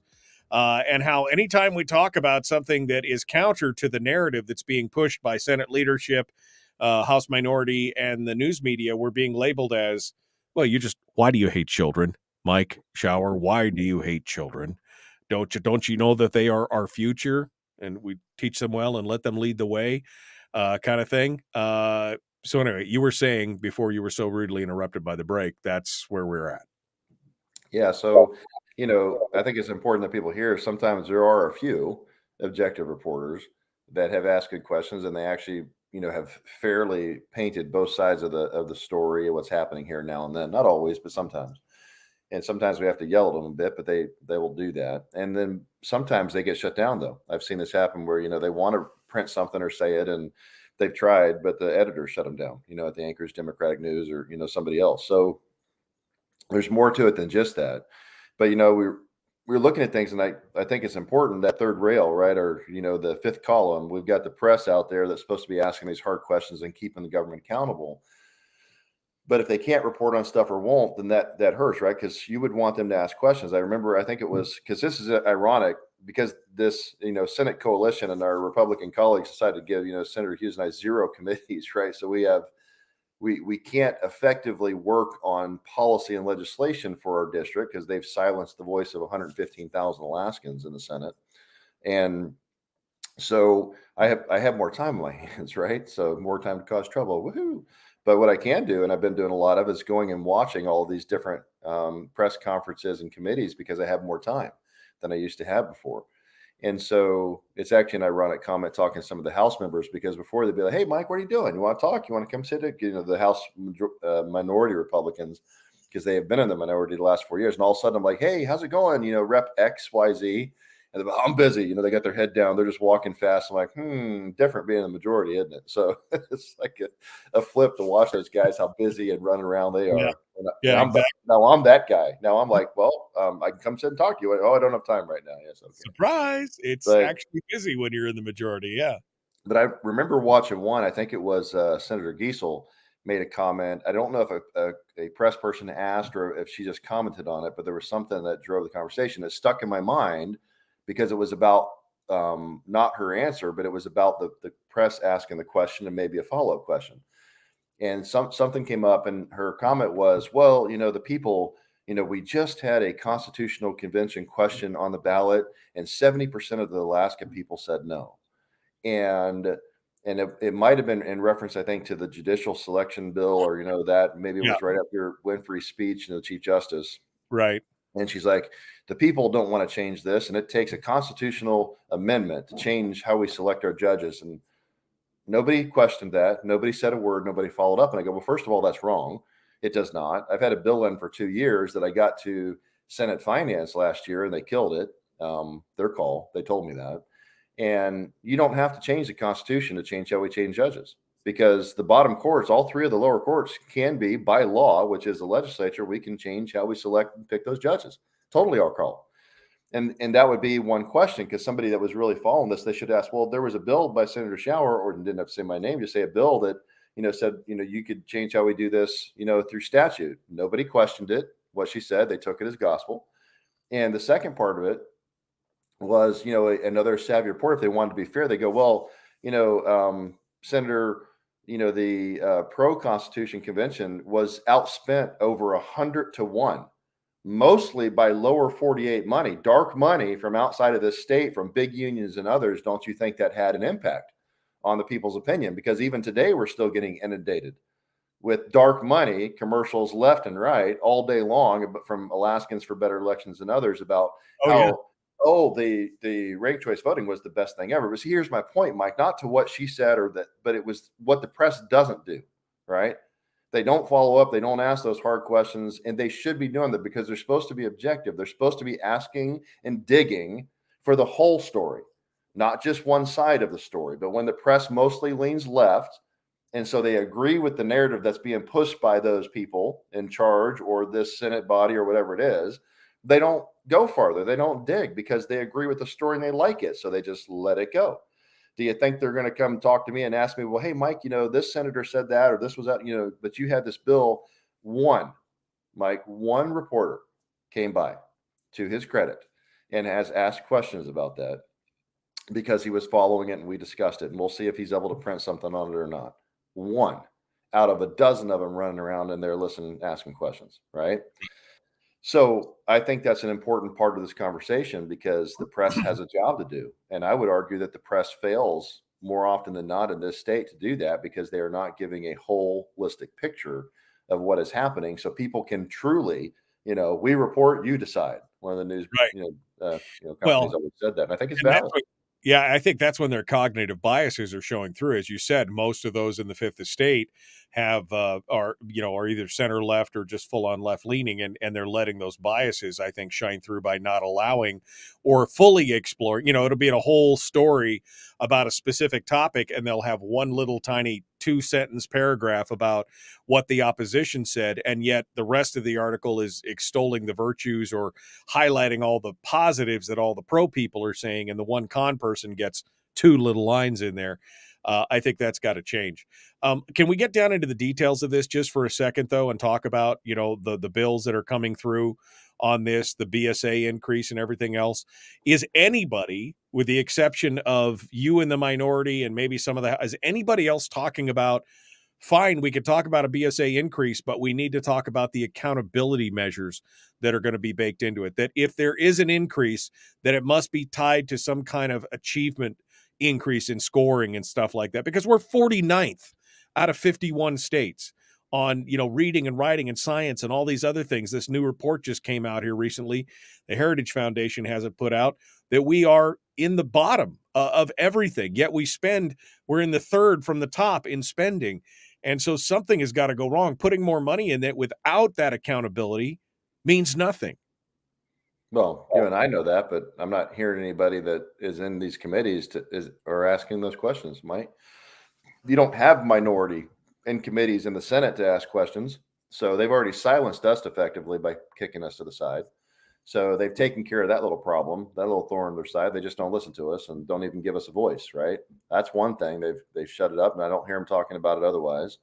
I have yet to see that coming through the House, but we'll have to see how the House committees that are different. You have more Republicans and more conservatives in those committees. So perhaps we'll see that conversation. Now, remember, CRNA had on House Bill 22, because there's multiple versions of bills out there for defined benefits. They moved that through, like I said, in 2 meetings and just cranked it through. And it was a one of the Bush caucus, independents, but my guess is he leans more left than independent. I just don't know enough to know for sure. I only know that the typical code word for independent is really left, and they just put an I in front of their name than a D because they less chance getting elected if there's a D. Now, that's not true for everyone. I just know that that's more often than not the case in Alaska. When you see independent, I go Democrat, probably. I can tell you some cases where it's not, like Josiah Pekatuk. He's definitely not left. And I think he's actually very conservative, from his social and business perspectives, as many Native Alaskans are. It's just like, it's almost like certain other groups across the lower 48, like they assume like Latinos would be left, because why? When Latinos actually, from a perspective of, pro Second Amendment, pro family, religion, et cetera, really are more aligned with a right perspective politically than they are left. They're just taught that, oh, well, Republicans are XYZ, so you don't want to be, with that group. So I don't know enough yet, but what concerns me is I watched that bill, that House Bill 22, just rocket through that, led by a independent from the Bush, and it was like a train, Mike, that was just, no brakes. There was no stopping it. There was no slowing it down. There was hardly any real hard questions asked, and it just moved right on. And that's in a Republican controlled House. So I know there are other committees still it has to go through, so we'll see what happens. My point of saying that is I have concerns. We'll see, how do the committees run it? What's going to happen? I think Mike, you have hopes that, the hard questions will be asked and they'll slow things down, maybe even stop them. And until we can get the full narrative, until we can have a full discussion and breakdown of the actual numbers. How much is this going to cost? How are you going to pay for it? Like I said, arguing with those groups that came through my office, I was asking the questions like, folks, how do you expect me to agree to $1,000 over $250 million increase to a BSC? Got another probably couple billion if you want to look at the total actuarial cost of a defined benefit plan, and ask the question you did, where's the metrics? How do I know? To which there was silence. There's no answer. They do not know how to answer it, Mike, because there isn't one when we talk about the accountability for the money we're spending to show me something that's going to get us out of 49th or 50th. When I asked that question, I said, you show me where it gets us to number 30 or number 20 or number 15 in the nation, and I'll be more than happy to look at how we spend that money and work it out. But until we fix the underlying structural fiscal problems in the state, how can I do that? Because I'm looking at the young lady sitting there that's a student, and she had really good questions. About, well, what happens, because she's like, I want to have a defined benefit plan and a BSA increase because it's for the students and help us and all this stuff. So I asked the questions about, well, where's the accountability? How do I know how the money's going to be spent? How's it going to get us out of the bottom category? I said, I know it's not every school. You can't broad brush every school district. There are some that are bringing us way down, right? That are performing really poorly, and some of them are doing okay. It's a mix. But the problem I have here is how do you reward the districts and schools that are doing well and not reward the ones that aren't? They won't let us do that. Right? They throw money at the problem across the board without the accountability. So I go, well, that's one problem. But how do you know to have the stability, like we said before the break, that you're going to be able to have businesses invest? Because we're a banana republic. We're like a third world nation. Nobody wants to invest here. They don't know what Alaska is going to do. We can't fix it. We've got a fiscal policy working group plan that would allow us to balance it, right? And then you'd have your fiscal structure set. There would be stability, certainty moving forward for business to invest. Now we might at least know. And if you tied that with some accountability to education spending, if somebody would ask the questions and actually hold them to account for the money, well, now we're making progress. We're not doing any of that, Mike. The only conversation going on in the Senate I see so far is like, oh, it's for the children and we have to spend more money. And we're going to take that money, by the way, my friend, from the very people that need it the most to survive. We're going to take it from the permanent fund earnings. We're going to chop that dividend down. We're going to give it to a small segment of state government because state government's going to gobble that up. And then the poor people and the senior citizens and the ones that need it the most, we're going to say, bye-bye. Right. I don't know what to tell them. That's the plan right now, Mike. I guarantee you that's the plan. And if all of this takes place and we end up with a defined benefit plan for all state employees, which I can tell you that's where this is headed right now. Oh, well, yeah, we know that's where it's headed. I mean, that's what Joseph said. PFD, and if the oil ever does shrink, because we had, like I said, we have a President Biden that's, I think what Senator Sullivan said, 44 individual executive orders of actions against specifically just Alaska, as he called it, a war in Alaska by this administration. And I don't think he's wrong. Right. and Willow, which has the potential, to open up, better part of 250,000 barrels of oil a day, for the state to pump up our production again. They've effectively got to shut down, and that EIS or the decisions coming up in the next 30, 35 days. And so knowing how they're going to play this game, they'll likely shut that down. So I go, well, you keep shrinking oil and you keep kicking it out of a state and asking Venezuela and Iran and Russia and others to produce more oil, places that don't care about the environment. They suppress their people. They do all kinds of bad stuff.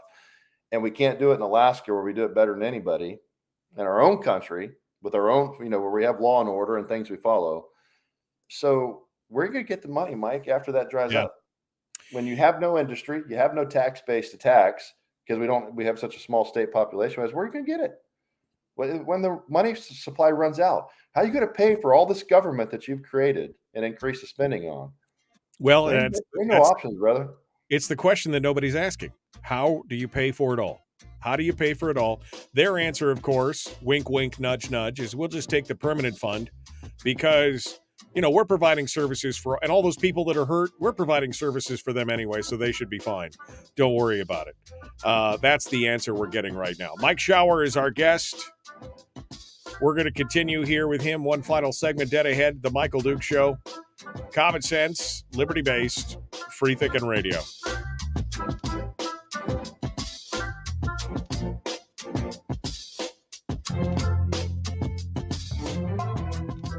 And hey, Mike, I might have to hop on. Common sense. Regularly heard on American radio. Michael Duke Show. Radio. Okay, we're back. Sorry about that. I can't. You can't talk over anything. Yeah, you were talking over the music and stuff like that because you're on the same channel. What were you saying? I'm sorry. You might have to what?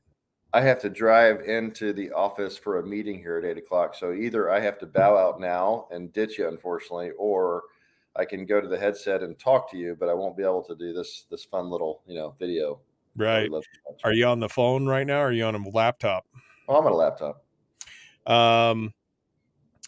If you want to talk to us on the phone, I suppose we could do that. Since I just told people you were coming back, you could do that if you want. Put yourself on the headset and we could talk over the phone.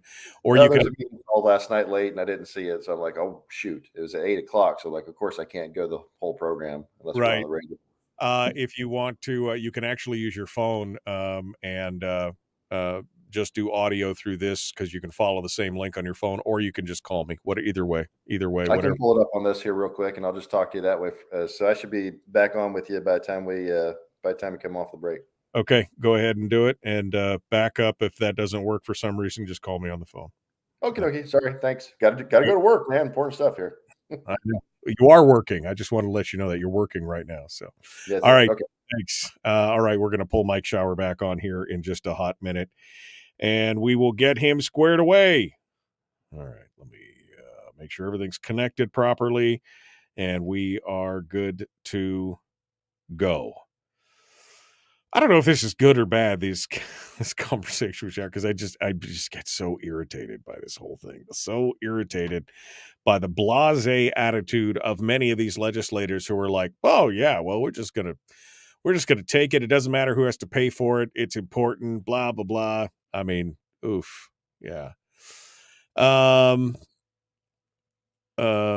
This is the freedom, liberty-based radio show where you get blocked if you don't agree.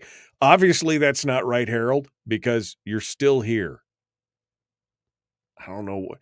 It's like he just decides he wants to poke stuff because you want to poke stuff, and I just gave him what he wanted, which was the attention that he wanted because he poked stuff, but you're still here, man. I don't know what more, how much more can I show you that I'm a patient person other than you saying things that are, wrong and by the way, don't call people out. I was going to say something to you about that earlier. Your whole stick to license plates comments and stuff like that. No ad hominem. Okay. No attacks on people directly. You want to disagree with people. Fine. No attacks. That's not cool. It's just, just not cool. So I haven't blocked Harold. Harold's still here. You're still here. So Stop whining, I guess is what I'm saying. Stop whining about it. Let's see. He he drinks Folgers. Does that explain it? Because he drinks Folgers? Maybe. Maybe that was it. Let's see. Intensive needs funded 13 times the BSA. Districts get a factor of 1.2 times the special. What? Oops, wrong one. Right here. Politidic. An intensive needs child is funded 13 times the BSA, which is about $78,000. Districts also get a factor of 1.2 times the BSA for special needs kids. Oof.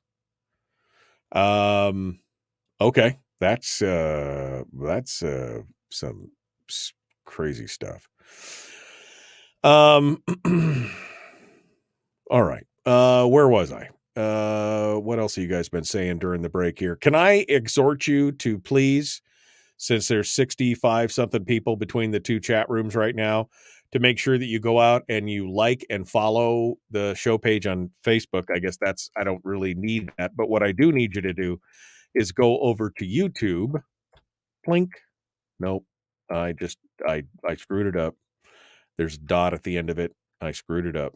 Nope, it didn't. It posted it properly. All right, there's the link to the YouTube page. If you would just go over there and subscribe and ring the bell, I am currently sitting at 406 subscribers. I only need 594 more to hit the 1,000 mark. That's what we need to do. And I'm working on putting up more content every day on YouTube and doing things like shorts and some other stuff. I did one yesterday, but it didn't turn out. Didn't show up at the right spot, so we're going to try and fix that today. But anyway, there's a whole bunch of stuff in there. So you should go up there and check it out. Mike Shower is our guest. I think he is in the chat room with us. Are you there with us, Mike? I am. Can you hear me? I can hear you. All right. All right. Not bad. It's little tinny, but we'll deal with it for the 9 minutes that we are on the thing there.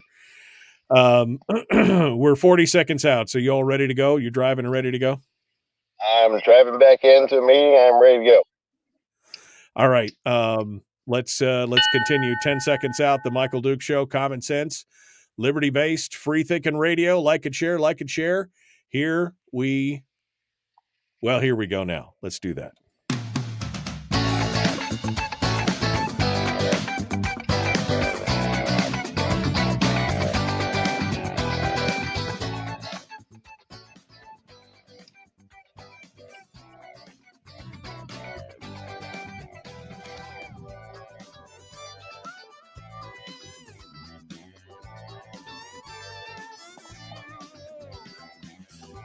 Okay, welcome back to the program. We are continuing now. Mike Shower is our guest. He had to change venues a little bit because he's on his way to a meeting. So he's now proceeding with us over the telephone here. And so we're going to jump over to him right now. Mike, final thoughts here. You get the final segment to basically talk about whatever you want to talk about. Let's kick it off here. What other things are happening outside of the BSA? We didn't really talk much about the defined benefits plan. Do you want to discuss that? Well, that's bills coming out as well, Mike. We know that's going to be an issue.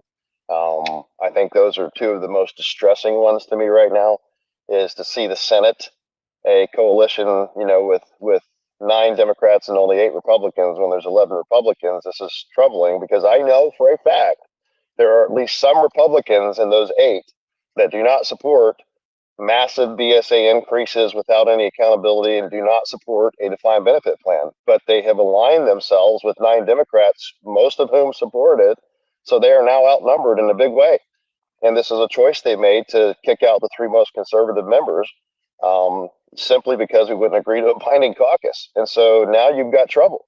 And depending on how the House lines up and what happens, we may or may not be able to stop this or have a reasonable discussion and debate on how you might modify and amend those bills or those plans to something that might work. There might be some options that would not be so expensive.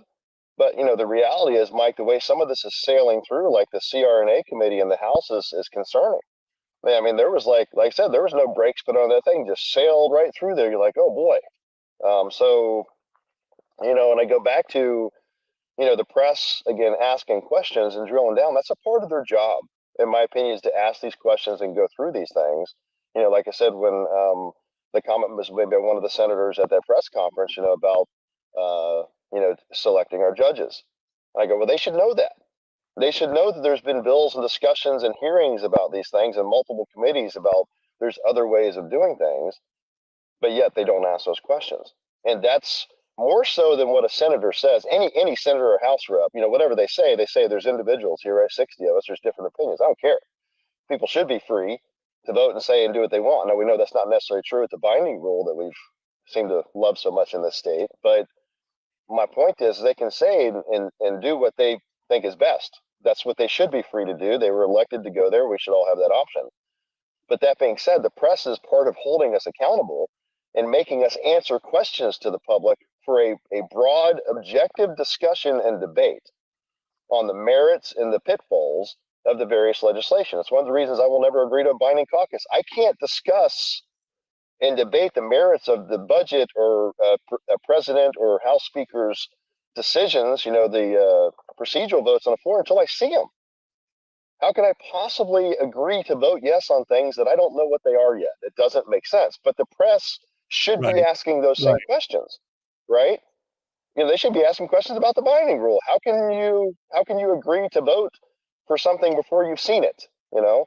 How can you punish other elected officials? Isn't that a violation of ethics? I mean, my point to all that is not to get boiled down or embroiled in that discussion, but to say, as you can see today, I'm kind of focusing on the press because I think they're by and large failing in their duty to ask the hard questions, even if they don't agree with them.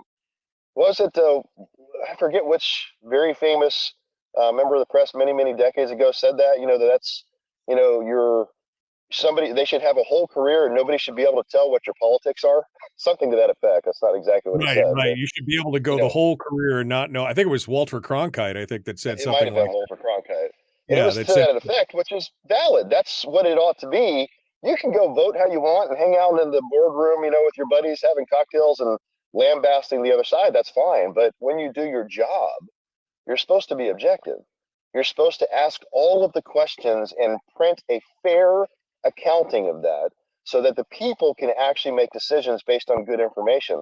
The reason the moniker fake news has become so popular, and it's not wrong, is because it is fake news, Mike, because it's not real news, and it's not real news if it doesn't present the entire picture, but only one side of the story. That's got another word for it, my friend. It's called propaganda. So unfortunately, much of our news today on many sides is more propaganda and or entertainment than it is actually objective journalism. And that's frustrating because it makes it harder for us to do our job, right? Because now I've got to go out and try to tell the people, well, no, that's not true. Like you said, no, that's not the real number. No, that's not actually, actually education hasn't been flat funded this entire time. No, the BSA has actually increased. No, we actually added $60 million last year just out of the blue. No, we don't have accountability. No, we actually are the top in the nation by second or third for how much we spend. No, we actually are the bottom. And so these are the things that the press could help with the narrative in the debate if they would do these things. But unfortunately don't. And when a senator or a rep says something and they just take it as gospel, well, then they fail to do their job because there's more to it than that. And unfortunately, it's not fair or right to the public. And frankly, Mike, the ones that are really hurting when they always say it's for the children. Well, you don't like the children because actually you're the ones failing the children because you are not having a broad and fair and objective debate about the pros and cons of what we're doing today that is going to actually hurt the children. Because you can throw money at it today, Mike, but if we screw this state up, if we don't get our act together with a solid fiscal plan and put our house in order, the ones that you're hurting are the children. Because there's going to be no business here. There's going to be no investment in Alaska. All the businesses, the big ones that really would bring the money, are going to leave or never come here. And guess what's going to happen to those kids? There will be no job market for them to go to. They're going to go to other states where it's booming, like Florida and Texas, where I just saw a report on it, read it a couple days ago, where over the last year, they're leaving in droves out of California and New York. And you want to know where they're going? Texas and Florida. Two of the top 3 or 5 or whatever in the nation people are moving to. And the reason they're moving? Pro-freedom, Mike. Business is booming. They're pro-business. They're pro-freedom. They were anti-mask. They just did all this stuff that people say, I want to go there. And they're leaving crappy places that are falling apart like California and New York with ridiculous, draconian left-wing policies. And the people have said, I've had enough. I'm going to take my toys and I'm going home to another place. And so that's what could happen here, Mike, if we don't do our job and the press doesn't help us do it better.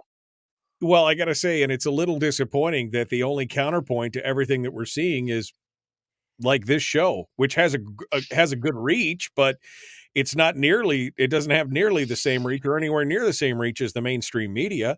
I mean, that's kind of a sad statement. We're the only one that's kind of countervailing these kind of options. And I mean, we can only do so much. We only have so much exposure from this program. We need more people to be involved, and we need more people to be asking these hard questions about why aren't we hearing the whole story? And you said the same thing yourself, Mike. It's most of the same people. It's the same people every week that pay attention. They're actively involved, but it's a few hundred, maybe if we're lucky, a few thousand with the radio touch. It's not 100,000 or 150,000 because, frankly, my friend, that's the kind of numbers you need to see if you're going to actually start affecting policy and these decisions. Because that's what the press is saying, right? You had all the big newspapers and TV. Yeah, they're reaching several 100,000 people on average a week, but they're reaching them with, as we just discussed, not the whole story or only one side of the story. It's not a balanced debate and discussion for our future, which is back to who really doesn't care about the kids. Yep. If you're going to set up a future that's going to break it. So 1 minute here. Let me give you the floor for 1 minute here for your final thoughts. Shoot, I don't know, Mike. I'm just going to have to keep working. We're going to have to keep trying to hold them accountable. We're going to have to keep talking to you on the radio, social media, get the word out and on what's happening. And I'll just keep reporting to you, Mike. I don't have a lot of authority this time around because of, what the coalition did to us, but it doesn't mean we're not effective in communicating, right? We're certainly working with our House colleagues. I'll continue to work with the governor on options moving forward, and we will do what we're doing now. The best we can do now is be the clarion call, Mike. We can highlight what's happening. I'll be paying attention to the bills. I'll come on the program with others and try to tell you guys what's happening so you can see it, because it's going to take engagement for the public to try to stem the tide and make sure we do this right and don't break the bank. Well, State Senator Mike Shower, thanks for coming on board this week. Good luck. I know you got a meeting here in a minute or two, so thank you for being part of it. Thanks for sticking with us through the whole hour. We really appreciate it. Sure. All right, my friend. We will talk with you next week, okay? All right. Be good. All right, appreciate it. Folks, we're out of time. We got more coming up tomorrow for Thursday. The Michael Duke Show. Common Sense Radio. Be kind. Love one another. All right, my friends. Well, Mike Shower is off and on the way. We will continue to try and bring this stuff up, try and talk about it, do everything that we can do. It's all we can ask right now, right? Just keep trying to push the stuff and get it all done. All right. Well, we are out of time, and we will see you tomorrow, bright and early at 6:03 a.m.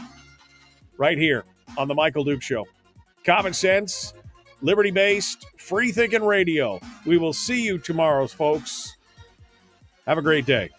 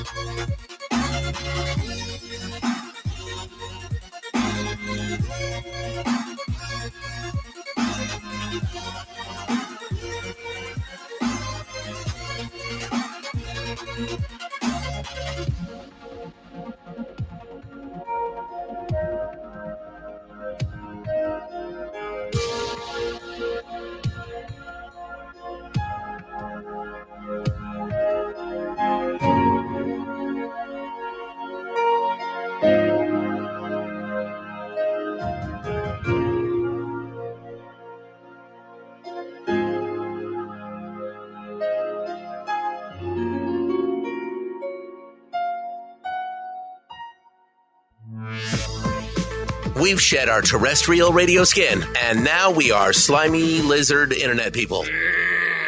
It's the Michael Duke Show.